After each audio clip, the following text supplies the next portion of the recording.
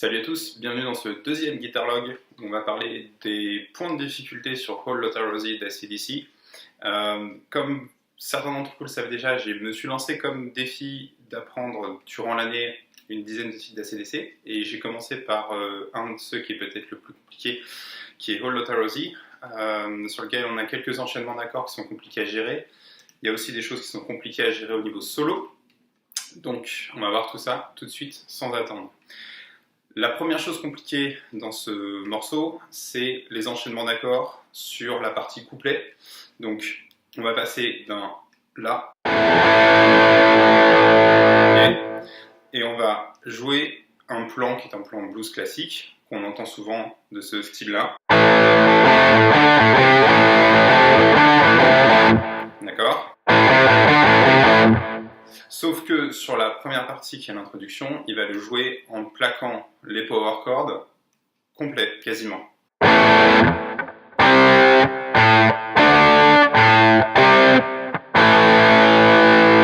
Alors la difficulté ici, c'est l'enchaînement très rapide de la première position qui est ici, la deuxième qui est là, et la troisième qui est ici. Tout en jouant une seule fois la corde de La.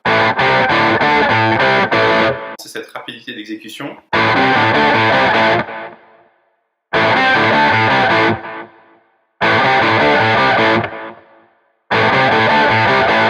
C'est notamment très difficile sur les deux premiers.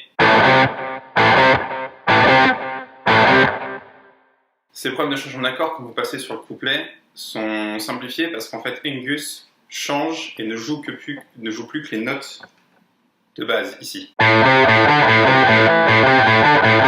Donc vous n'avez plus que le changement des doigts à gérer.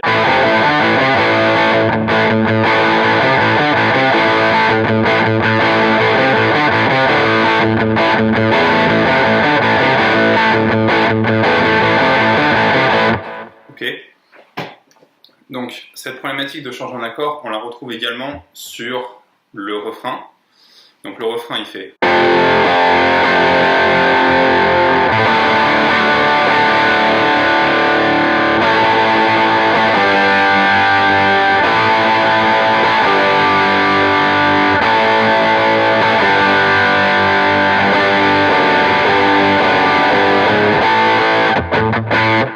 Et en fait, vous voyez que autant sur les accords ouverts, il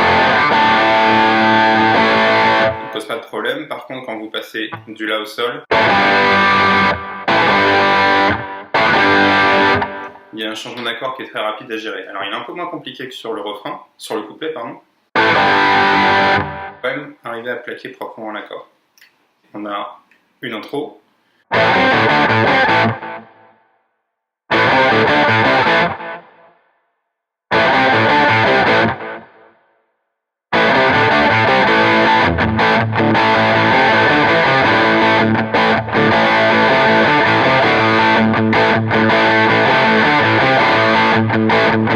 Et le refrain qui fait.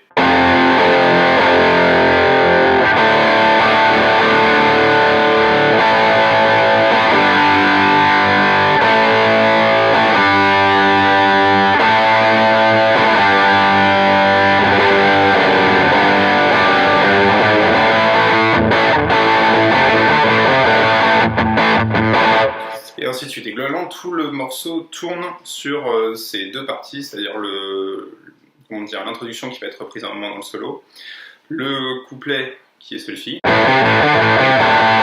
qui est plus facile à jouer sur la partie d'Angus puisque Malcolm continue à plaquer les power chords beaucoup plus complets, et puis le refrain qui globalement est constitué de 4 accords, donc un Fa, un Ré, un La et le Sol. L'autre point très très difficile du morceau, c'est toute la partie solo. Donc sur la partie solo, on en a parlé dans le premier Guitarlog. C'est un solo qui est très improvisé, comme toujours chez Angus Young. Donc ça part un peu dans tous les sens, c'est très viscéral, c'est pas forcément réfléchi, c'est pas des choses qu'il a écrites avant ou qu'il cherchait impérativement à cadrer. On sent que c'est quelque chose qui il est venu comme ça au moment d'improviser. Il y a une problématique de vitesse, d'exécution. par exemple sur des descentes comme celle-ci.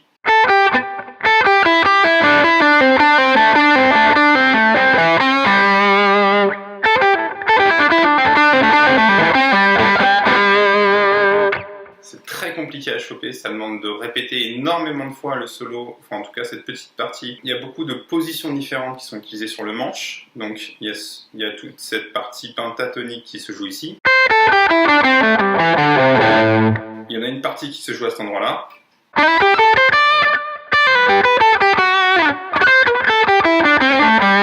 Donc on a déjà deux positions, celle-ci, la deuxième. Il utilise aussi beaucoup le haut du manche ici, ce qui pose des problèmes notamment sur une Les Paul, puisqu'on est bloqué pour arriver sur le haut du manche. Donc lui, il va jouer sa penta la mineure qui va se trouver ici. Donc on est tout en haut du manche. Et regardez, on est en plein sur la partie pleine de la Les Paul, ce qui rend l'accès très très compliqué ici.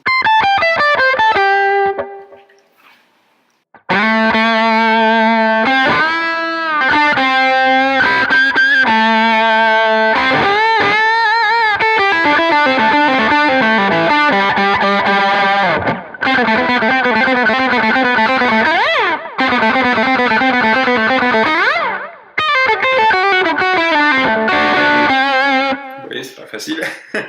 Beau plantage.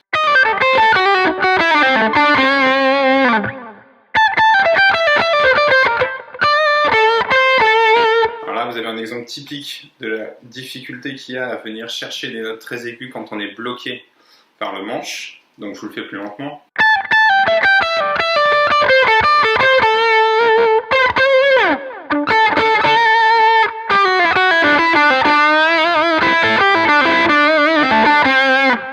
C'est à peu près ça, c'est pas complètement ça.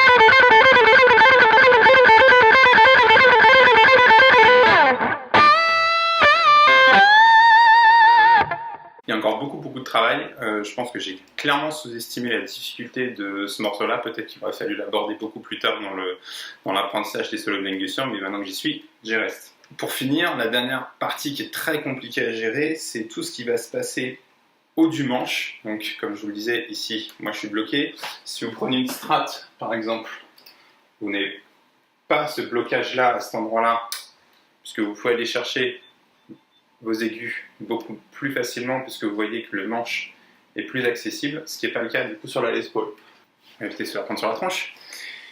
Donc, il enchaîne plusieurs plans très haut sur le manche, celui-ci. Qu'il enchaîne derrière avec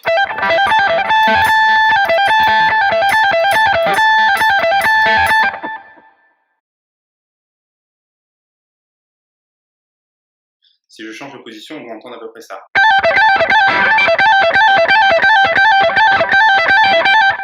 Ensuite, il enchaîne avec, toujours sur la même position, au même endroit.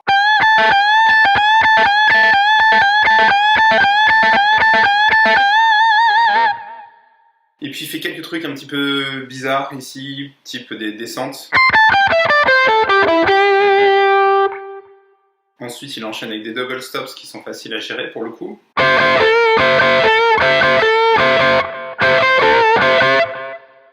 Et là, on retrouve un gros problème du manche, parce qu'en fait, il vient chercher des double stops très haut sur son manche, donc il joue avec une Gibson SG, donc il faut bien comprendre que la Gibson SG, elle est coupée ici, au ras du micro, pareil de ce côté-là, et que votre manche, il est accessible jusqu'au bout. Là, sur une Les Paul, si je veux pouvoir jouer ce plan sur cette position-là, je ne peux pas y aller avec ma main. Clairement, je suis bloqué. Donc, il faudrait que je joue le plan en passant la main complètement devant, ce qui là me fait perdre 1 de la précision, 2 de la force, donc c'est vraiment pas l'idéal. Donc c'est un plan typiquement que je suis obligé de déplacer sur le manche et que je vais aller jouer ici. Donc un poil plus bas. Il faut arriver à faire un trémolo très rapide, que je tiens pas du tout. Donc, qui est un autre point sur lequel je me casse bien les dents sur ce morceau-là. Je sais pas si c'est un problème de souplesse au niveau du poignet ou de rapidité au niveau de l'avant-bras, mais très clairement, j'y suis pas encore du tout.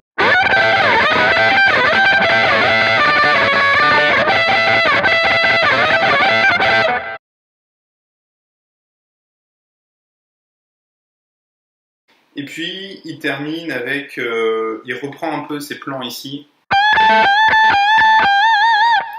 Et derrière...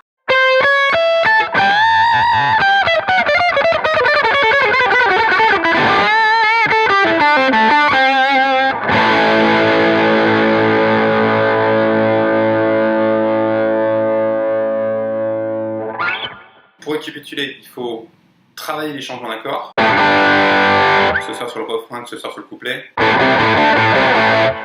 qui demande beaucoup de rapidité et de précision. Et puis il y a toute la partie solo qui est très improvisée, qui demande de la précision et de la rapidité. Si vous écoutez très attentivement le solo de Whole Lotta Rosie sur la partie, sur la version originale qui a été enregistrée en studio, vous verrez que quand il est sur ses plans en haut, et puis ce plan-là, on entend et on sait qu'il passe d'un plan à l'autre à un moment où il commence un petit peu à perdre la régularité d'exécution et il commence probablement un petit peu à fatiguer au niveau des doigts. Donc voilà pour les difficultés sur lesquelles je suis en train de bien me casser les dents. Encore une fois, comme dans le premier Guitar Log, je vous rappelle qu'on est tous dans la même galère quand on apprend un nouveau morceau. Ça peut devenir très compliqué. Voilà, je vous laisse là. Et puis n'hésitez pas, mettez-moi vos commentaires et vos questions sur le morceau. Si vous galérez aussi, faites-moi coucou en disant « moi aussi je galère », ça ne me laissera pas tout seul dans ma galère. Et puis à très vite. Ciao.